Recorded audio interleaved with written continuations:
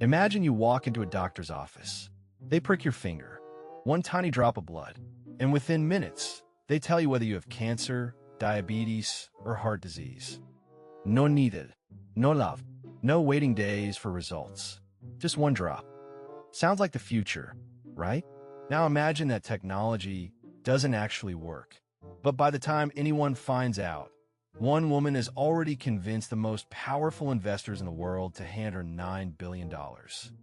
And patients? Patients got wrong test results. Some thought they had HIV. Some thought they didn't have cancer when they did. This is the story of Elizabeth Holmes, the youngest female self-made billionaire in American history. Until she wasn't. Stay with me, because by the end of this video, you're going to understand exactly how she pulled this off, why smart investors fell for it, and most importantly, what this story teaches you about protecting your money and your future wealth. Let's get into it. Elizabeth Holmes dropped out of Stanford at 19. And in Silicon Valley, that's not a red flag. That's practically a job requirement. She had this vision, this obsession really. Her biggest fear was needles, and she believed that traditional blood testing was broken. Too slow, too expensive, too painful. So she started a company called Theranos. The name was a blend of therapy and diagnosis, and she had a device she called the Edison. This little box, about the size of a desktop computer, that she claimed could run over 200 blood tests from just a single finger prick. She wore Steve Jobs' black turtleneck. She deepened her voice deliberately. She spoke in grand, sweeping language about changing the world. And people, powerful, experienced, brilliant people, completely believed her. Her board of directors reads like a history textbook. Henry Kissinger, George Shultz, two former secretaries of defense, a former Senate majority leader, generals, admirals. But here's the thing, not one of them was a scientist or a medical professional. Not one. And Holmes made sure of that. Anyone who asked too many technical questions got pushed out. Scientists who raised concerns inside the company were fired or legally threatened into silence. She created a culture of absolute secrecy. Employees weren't allowed to talk to each other about what they were working on. Different teams had no idea what the other teams were doing. She even had a former CIA director on her board to reinforce this culture of information lockdown. This is where it gets really interesting and really dangerous. Because while Holmes was raising hundreds of millions of dollars, the Edison machine, it barely worked. For most of the tests they were advertising, they were actually using modified versions of existing machines made by other companies. Machines that weren't designed to work with such tiny blood samples. The results were wildly inconsistent. Internal employees knew it. Lab directors knew it. But the money kept flowing in. Walgreens partnered with Theranos to put their testing centers in stores across Arizona and California. Real patients, real people, were getting real medical decisions made based on completely unreliable data. And Holmes? She was on the cover of Forbes, Time magazine, Fortune, valued personally at $4.5 billion. So how did this last so long? Here's what I want you to really absorb, because this is the finance lesson hidden inside this crime story. Holmes understood something that every con artist understands.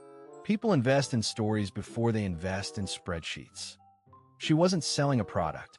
She was selling a narrative about disruption, about democratizing healthcare, about a fearless young woman taking on an old and broken industry.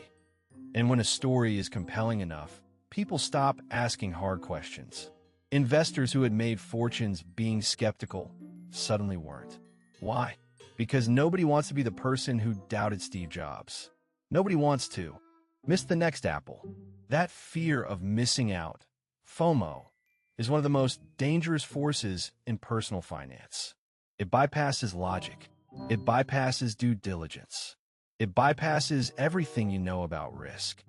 The unraveling started in 2015.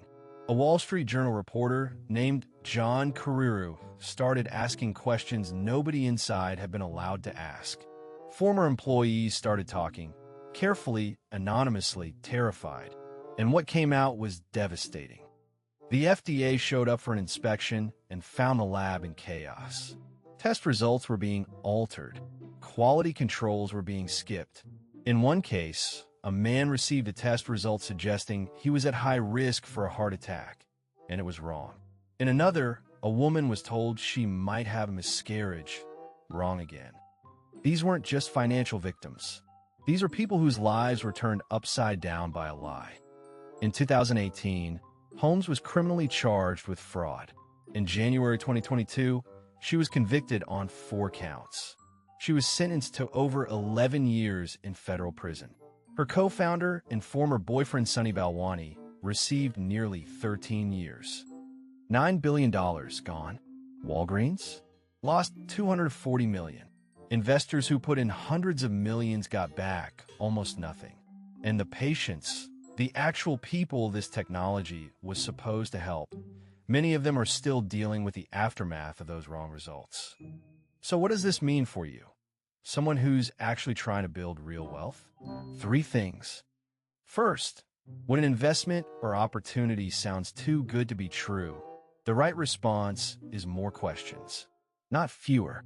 If someone reacts to your questions with frustration or secrecy, that is your answer. Second, social proof is not due diligence. The fact that a famous name is attached to something means nothing about whether it actually works. Elizabeth Holmes had presidents on her board. She still went to prison.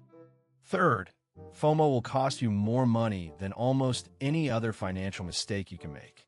The best investors in the world lose when they let urgency replace analysis. Slow down. Ask hard questions. And if someone won't answer them, walk away. Elizabeth Holmes built a castle on a story. And for a while, that story was worth $9 billion. But at the end of the day, no matter how compelling the narrative, math is math. Science is science, and reality always wins. The question isn't whether frauds like Theranos will happen again. They will. The question is, will you recognize one when you see it? If this story changed how you think about investing and protecting your money, share it with someone who needs to hear it. New stories every week right here.